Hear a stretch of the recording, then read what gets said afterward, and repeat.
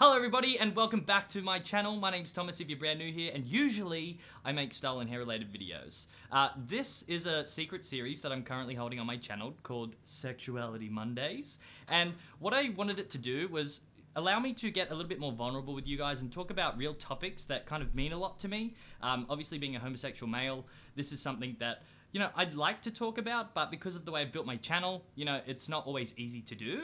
So I thought hosting something a little bit more intimate like this and a bit more vulnerable would be a really good place to start. So, and if you saw episode 1, which was how to deal with homophobic people, you'll know that the reason I'm wearing next to nothing is particularly because I want to be more open and vulnerable with myself. So here you go. Here it is. Here I am. In today's episode, we're going to be talking about bisexuality and my take on it, or my thoughts around it, because I've had a few different experiences with bisexuality in my own life. Like, I've dealt with it in my own way, and I don't know, I think it's a really interesting topic because it's just another one of those topics that I think needs touching on. So that's what I'm going to talk about today. So if you're into that and you're enjoying these episodes, make sure you stick around and watch, and let's get into it. Okay, so bisexuality. Where do I begin with that? Well, the first experience I think I had with bisexuality that I wanted to cover in this video was I actually used the label bisexual as a scapegoat in the very beginning before coming out. So I'll get into more of like what I think of it later, but for me personally, in my own experience, bisexuality was something I thought, if I come out as bi, then that's less harsh than coming out as gay straight away, because when I was going through that whole phase, I was like, oh, being gay is like the worst thing ever. How can I make this experience a little less impactful? And I guess from that experience, I always knew in my mind that I was actually gay, but I didn't know how to deal with it properly yet. So that seemed like the most logical way for me to deal with it. And I guess from that experience, I kind of went, oh, okay, well, I know in my brain that I'm not bisexual, but I'm going to say it anyway, right? So it was technically a lie. I think I developed an opinion about the sexuality as well, because if we go back to what I was talking about in my How to Deal with Homophobes video, it was more shedding light on people's ignorance and not really understanding what gay is. Now, if we look at a homophobic person, general characteristics is they just cannot fathom the fact that a guy actually is sexually attracted to another guy. Now, to me, that's like, well, how do you know that? Because I'm in my own head and I know what I feel, right? If we flip the script a little bit, I actually took on that mentality about bisexual people. Now, because in my head I already knew I was gay, I kind of went, well, you're either gay or you're straight. There ain't no in the middle, like, because they're clearly straight, I'm clearly gay, and there ain't no middle ground, because what I'm feeling right now is not saying middle ground. So I think I developed an opinion about it of you're either one or the other, when in actual fact, it's totally not true. So anyway, after using bisexuality as my scapegoat and then finally coming to terms with, oh no, you're actually fully gay, just accept it. But then when I got to Hard Rock, so like I was just saying before I got interrupted by my curtain, that Hard Rock was one of the best places that I worked at, particularly because it opened me up to so many different types of people. And I remember there was one girl there, I won't say her name, but I remember talking to her about how she could be quite fluid, either with a female or a male. She found comfort in both sexes. And obviously with my beliefs that I had brought with me from high school, I was kind of like, how is that even true? That's not even possible. Like, because I have looked at this my whole life and I think what you're saying is wrong. Anyway, it dawned on me then that, oh, okay, I am being the ignorant one here, because remember those homophobic people that were telling you, you're crazy, it's not real, it's a choice, blah, blah, blah. I'm essentially doing that to her now by imposing my beliefs about bisexuality on her, and she's like, but you're not even in my head, so how do you know? And that's when it sort of clicked for me. I was like, you are so right.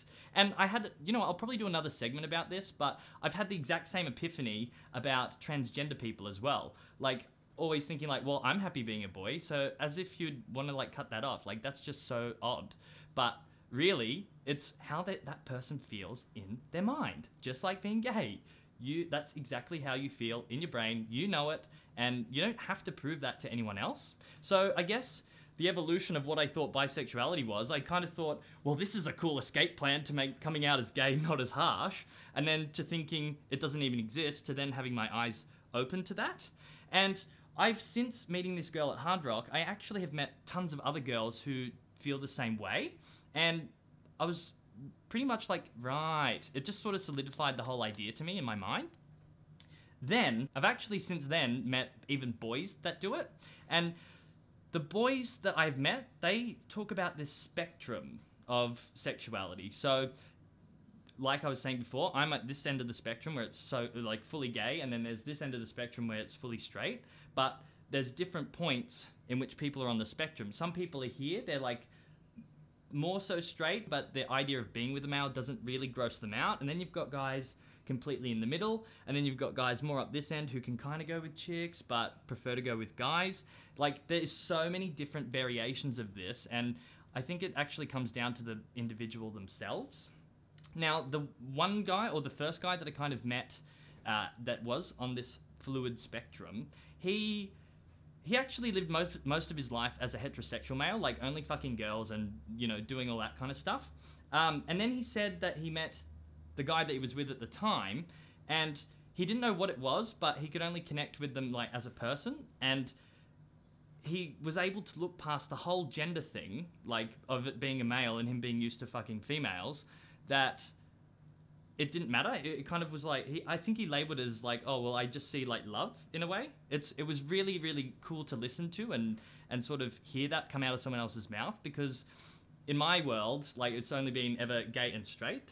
So I think it's something that you definitely have to explore, especially if you think you are in the middle of that spectrum or not, because a lot of people, I think, that are more on the straight spectrum, they probably have that social norm confinement in their own mind, thinking, oh, I kind of maybe want to go for it, but I don't think I'll be accepted. And then there's other people that are definitely on the spectrum on the gay side, and they're like, fuck, I'm so terrified of coming out about this. So yeah, I think it is all about the individual and really what they think in their own mind. It's about heightening our awareness and kind of understanding that. So if you're kind of in the middle of that spectrum, I would feel totally normal about that. I just think it's really interesting the way that it's all kind of unfolded in my own mind, because I've gone from being really opinionated and thinking one way to having multiple different ideas pitched at me, and somehow they all make sense. So yeah, that's pretty much like what I think about bisexuality. It's definitely a real thing. Not for me at all. I don't think the punani is for me, okay? Like, just being real.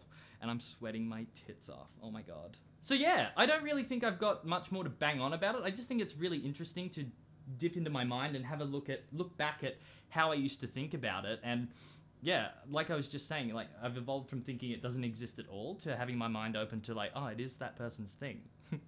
Which is exactly what happened to me about being gay, and then realizing that homophobes just aren't at that awareness level yet. So I've kind of, in a way, have gone from being a biophobe to totally accepting bis and knowing that it's a real thing, if you know what I mean.